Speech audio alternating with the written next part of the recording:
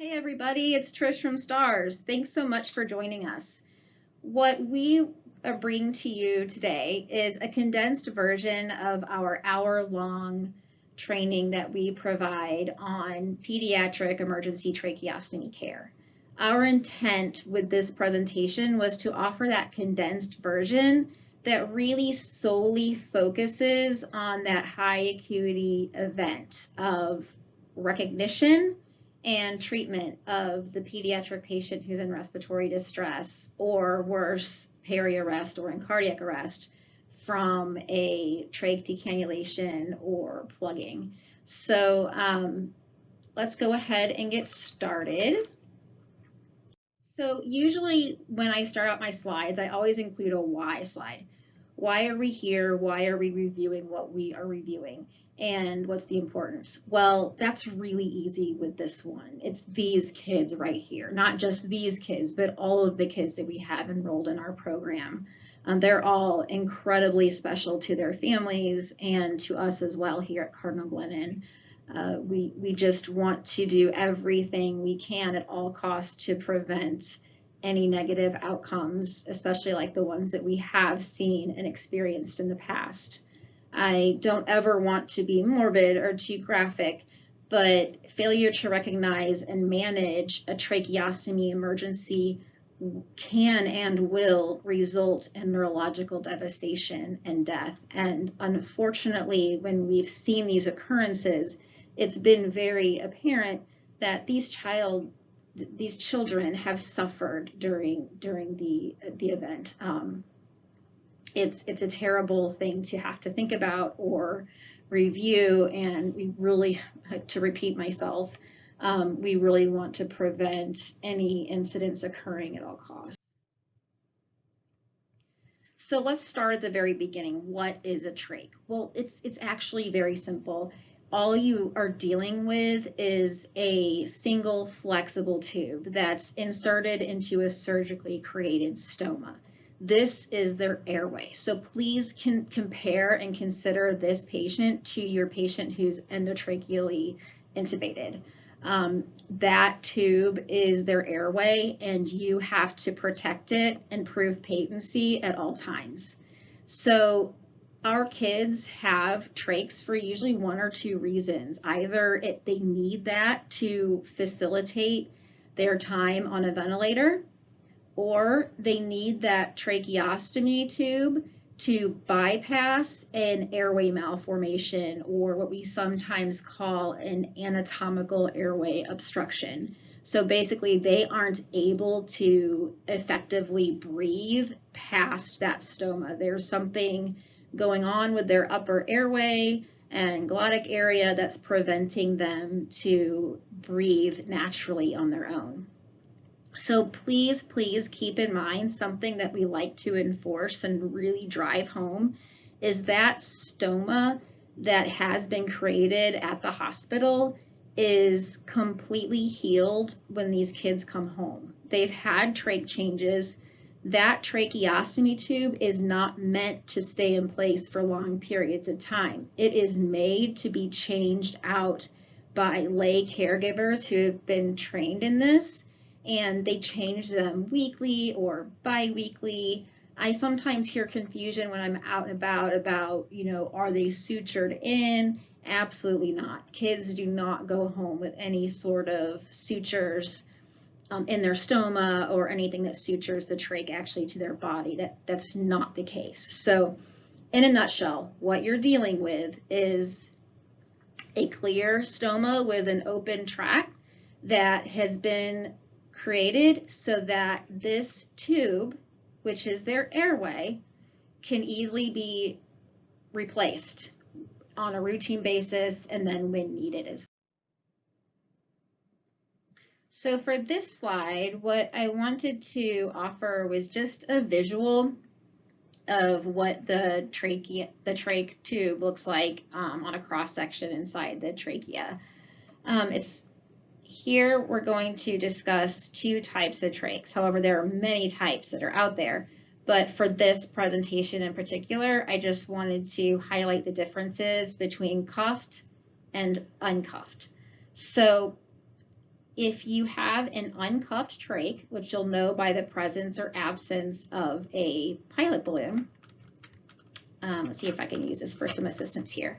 So for an uncuffed trach, what you see here is the ability of some air to bypass the trach tube and go through the upper airways. So the child can actually usually somewhat, breathe pretty well around it if they have a typical airway. So if they have some type of airway malformation that blocks everything right here, then that's not an option anyway.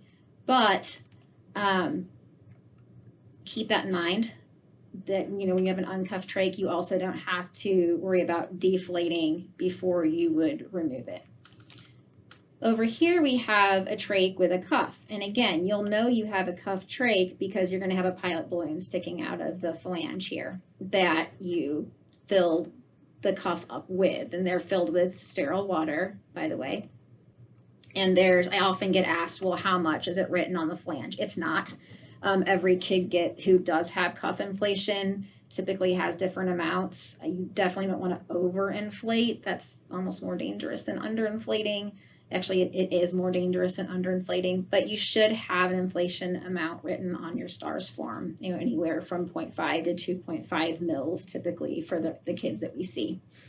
But remember, when your cuff is inflated, which you see right here, you've now eliminated any air passing if they did have that ability in the first place. So if you plug up this trach tube and you have a cuff inflated, that's complete asphyxiation and imminent death. So that makes it all the more important to act quickly when we're dealing with these.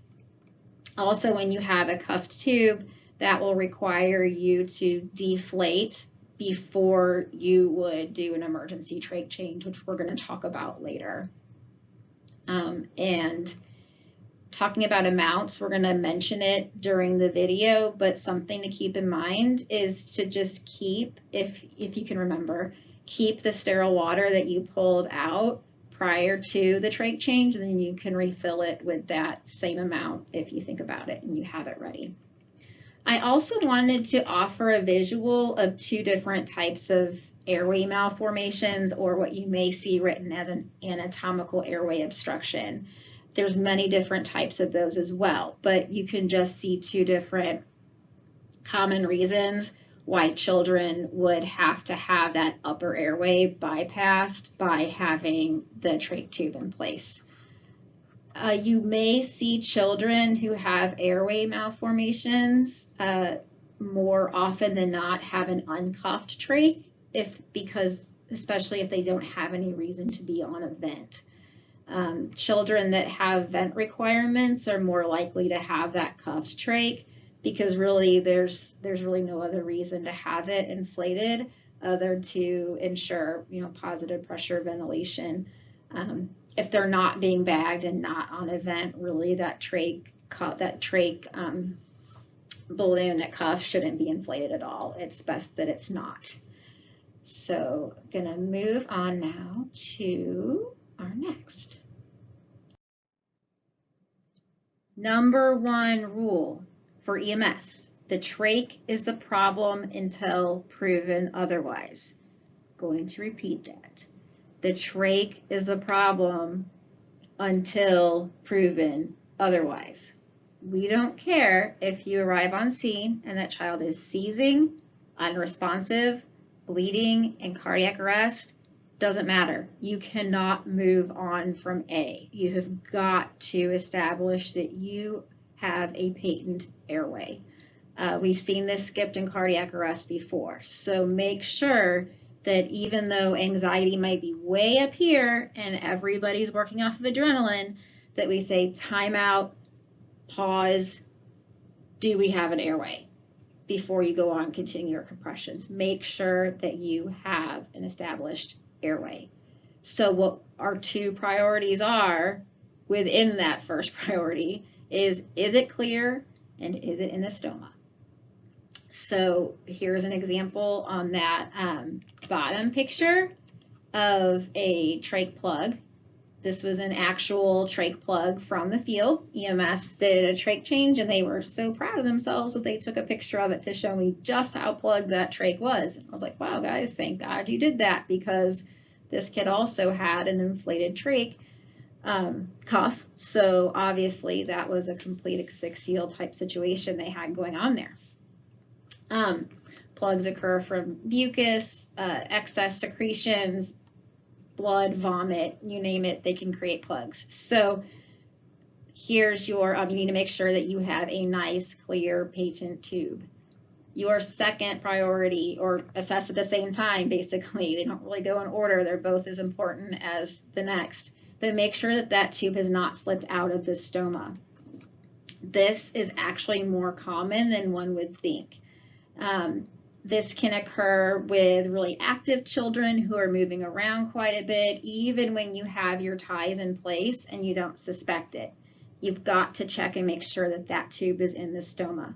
Not only might it happen with an active child, but in a child that's being manipulated and moved from place to place by caregivers or during CPR. So consider the pressure of those compressions, potentially causing that tube to expel from the stoma.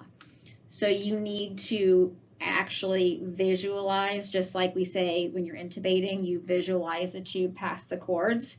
You want to visualize the tube inside the stoma. So where we've seen this missed is when that tube is buried underneath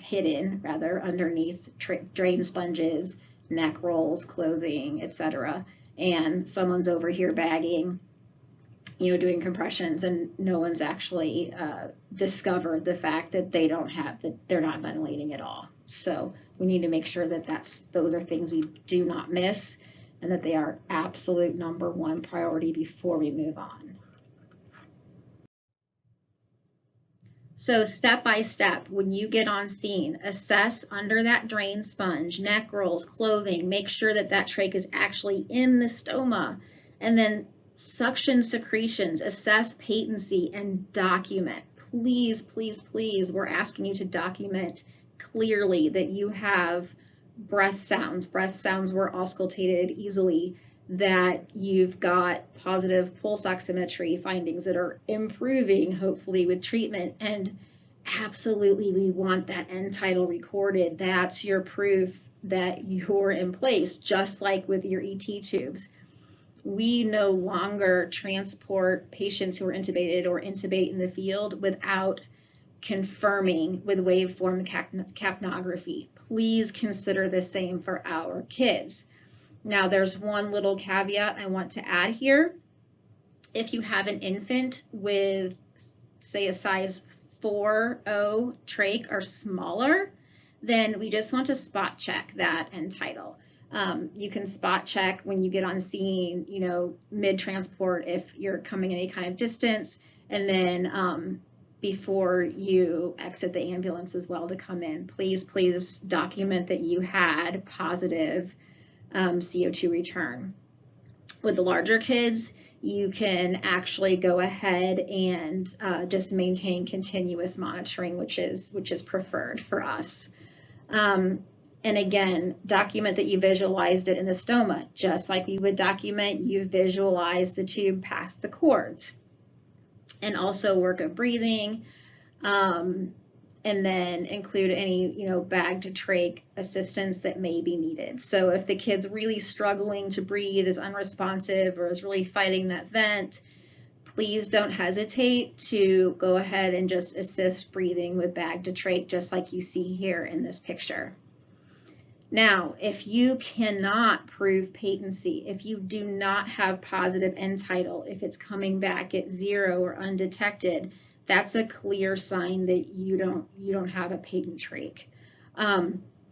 If the child doesn't improve with suctioning and administering oxygen and assisting ventilations, providing treatments, etc., and especially if they start to decline, you have got to do an emergency trach change, and it has to be done without hesitation. Our hope is always that we have that caregiver on scene to do it, or who has already done it, but we must be prepared to take over and swap that trach out if we need to. It's literally a matter of life and death. So most of you, I'm sure, are pretty comfortable with suctioning, but for those of you who might not be or wanted to review it briefly, I just threw this up here. So just remember, not too deep. Sometimes when we're taught to suction in the adult world, or if we've been taught to suction trachs a long time ago, the common practice was to induce a cough by dropping that suction catheter low enough to actually tap the carina and induce a big forceful cough, which in theory would help clear secretions and result in a more, positive outcome and efficacy with suctioning. But that's just, it's not good practice. It can cause damage to the carina even in adults. We have better ways of inducing coughs now than doing that.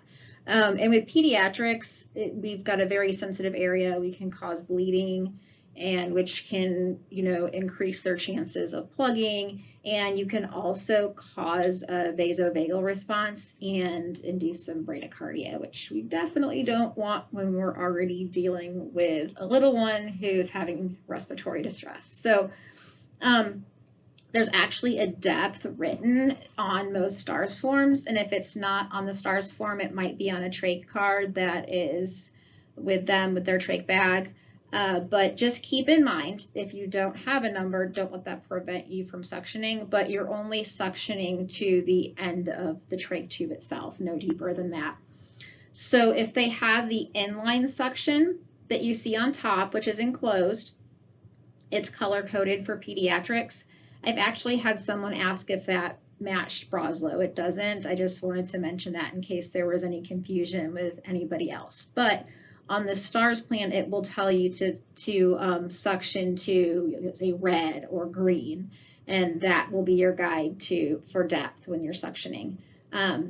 For the bottom, suction, the free French catheter, suction catheter, there's numbers on there in centimeters, and that depth should be written as well. So that will guide you to how deep you want to suction with that. Also, if you, for some reason, don't have the supplies with you that you're supposed to have for the child, to measure the size of French catheter that you will need to pass, you can just double that trach size. So if you, for example, have a size 4.0 trach, a size 8.0 or smaller will fit within the cannula to suction. So swirl that suction catheter on the way out. That will help you get even more secretion. So twirl on the way out, try to suction for no longer than 5 seconds, and give them a rest between. Even if you're continuously pulling out, whatever, secretions, emesis, blood, whatever you're suctioning out, give them a rest between, let them oxygenate. That's really stressful to constantly, be having that suction catheter passed. So if you're getting thick, chunky secretions that are sticking within the catheter, don't hesitate to use sterile saline to loosen the secretions. If you have the child's equipment with you, you most likely have also those pink saline bullets. So they contain 3 cc's of sterile saline. If you don't have them, absolutely pull some sterile saline off your truck. Just please make sure that you don't exceed the 3 cc's when you're introducing it into the trach. So this is our tracheostomy algorithm that's included in our emergency department /ED guide that we have on an app here at Glennon. If you don't have access to that, let me know, and I'll make sure that you get a link to it so you can download it on your phone. Or if you just want a copy of this algorithm, copy it off this presentation, or if my face is blocking it, I'd be more than happy to send that to you as well. It's just kind of step by step on how to deal with a trach tube, but it's really honestly not something you want to read in the moment. So please study it prior to. We're going to show a video here that demonstrates an emergency trach change, and it goes really smoothly. But before you watch that, I just wanted to review a little bit of troubleshooting. One of the most common issues that can occur that would throw you off would be that difficult recannulation. If you decide that, yeah, you have a plug, you really need to change that out, or the kid's already decannulated and you can't recannulate. It's very difficult because we've seen those calls go out as well. Always the option to try more lubrication, go with a smaller size trach tube. They should have that smaller size emergency tube, remember. If you're in the home, they'll have it there, or if you're already en route, it should be in the trach bag that you remembered to bring with you, right?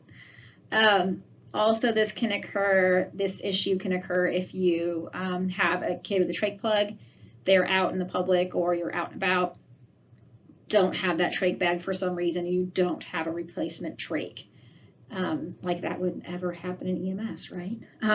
So if you don't have a replacement, honestly, it's safest if you can clear out that trach that you removed, squirt it out with saline, clean it out. If you can get that replaced without having the operator, because if you don't have a spare trach, you most likely don't have an operator. That could be difficult if this trach tube is very flexible and that stoma is at all narrow or difficult to recannulate in the first place. So if you can, though, if you can get it back in, that's advantageous because you can secure it properly. And that trach was measured specifically for that child. So it's not going to touch the trachea, cause irritation, be too deep, etc. So it's best if you can reuse it. We're really not worried about the cleanliness of it. I mean, keep it clean. We're not worried about anything being sterile at this point. If all else fails, you can't recannulate. You can't even recannulate with that smaller size trach, and you really need to get something in that stoma. An ET tube is an alternative. It's not the best, but it's an airway. And if you bring that kid in pink and oxygenated, kudos to you. Little trick. If you look at the circles there on the screen, on the phalange, that is the size that correlates with your ET tube sizes. So if that's a 3.0, that's the same size and diameter as your 3.0 ET tube. So if you're having that challenging stoma that's, giving you trouble recannulating, you can, theoretically drop down a size or two sizes just to get it cannulated. So for example, you have a child with a size 5.0 trach, consider using a 4 or even a 3.5, lube it up, measure the length of the trach against your ET tube, and that way you know how deep you want to go, and go ahead and attempt to insert that. Now, where your challenge is going to be here is securing it. It's just going to be difficult. We don't have any, surefire ways to make sure that that is super secure. So assign someone, if you have extra hands, to just have their hands on that ET tube, making sure that it is in place. That is their job. This is when you definitely need to use your end tidal on, and you need to assess very carefully that this is in fact ventilating your child. Pulse oximetry, waveform capnography, and all the other ways you assess that your child is ventilating well. So that's one trick if you have difficulty. Now we're going to go ahead and move on to watching a video of how everything should go in an emergency as smooth as can be.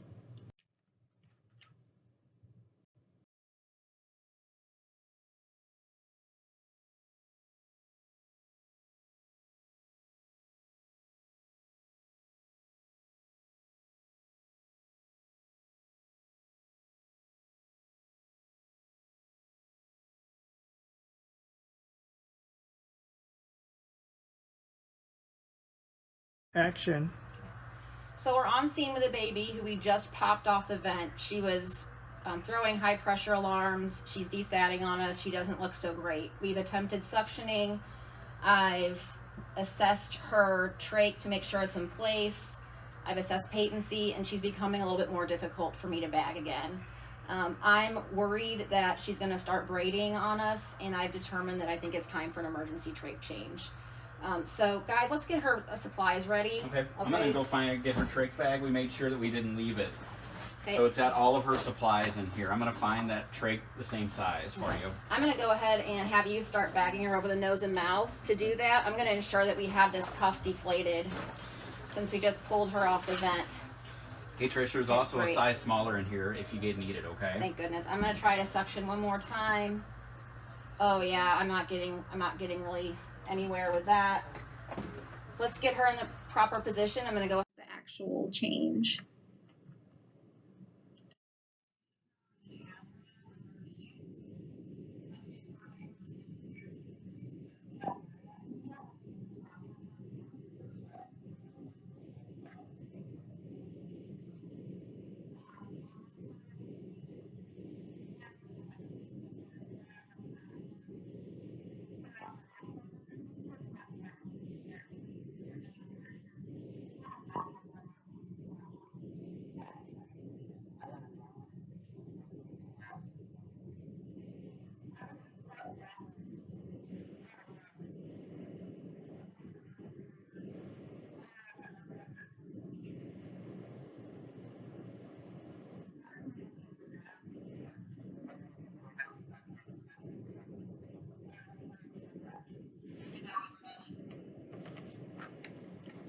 I'm going to position her with a towel roll underneath. Let's get her hyperextended here so we can really expose that area. Can you go ahead and get her ties undone for me? Her ties are undone. The cuff is deflated. Okay, great. On my count, 3, 2, 1. I got this new trach ready to go. I'm passing it. I'm going to pull out my obturator. Can you get those ties down for me? Yep. And then let's go ahead and bag her again right away from bag to trach. Okay, and I'm going to go ahead and reinflate this with the water that came out of the old trach. Okay, you're reinflated. How is she bagging? Much easier. Oh, good. I'm going to take a listen here. Oh, I've got much better aeration. Good. How does she look on the monitor, guys? Yeah, she's actually picking her heart rate back up, and her oxygen saturation's coming up too. Oh, her color looks much better too. Good job, everybody. So transport rules. EMS, do not leave the scene without the patient's go bag. Every patient, no matter if they come from Cardinal Glennon or St. Louis Children's or Mercy, should be home with their emergency trach bag that they usually call their go bag. So consider it the child's lifeline. You don't want to be without it. So what you have in there that will help you is an extra trach packaged and ready to go. Some of our patients are even have the forethought to have the trach ties already in place for you, which is very beneficial. What you will also have is a trach, a half size or full size smaller, and sometimes both. That way, if you have that difficult recannulation, you can lube that up, grab that smaller one, lube it up, and hopefully have more success in cannulating with something a little bit smaller. You'll have their BVM, which most likely will have a PEEP valve on it already set. So for children, especially those who are on ventilators, they're going to do better if you can match their PEEP if you need to bag them. You'll have SurgiLube packets, those saline bullets, spare trach ties, everything you need to manage that trach in an emergency should be in that bag. Also, if you're coming to the hospital, some parents have a misunderstanding as well that they're going to have their child's trach ready at the bedside when they arrive, and that's really unlikely. We'll try to have it here if we know the size the kid has coming in, but especially if they have a specialty trach that needs to be ordered, it's unlikely that it's going to be here when they get here. So please, please, please bring that trach bag. And all trach patients, no matter adult or pediatric, always have to have working suction right with them. So at all times, these kids with trachs have to have their emergency trach supplies, working suction, ready to go for an emergency, and a caregiver who is trained and willing to act and intervene and perform an emergency trach change if need be.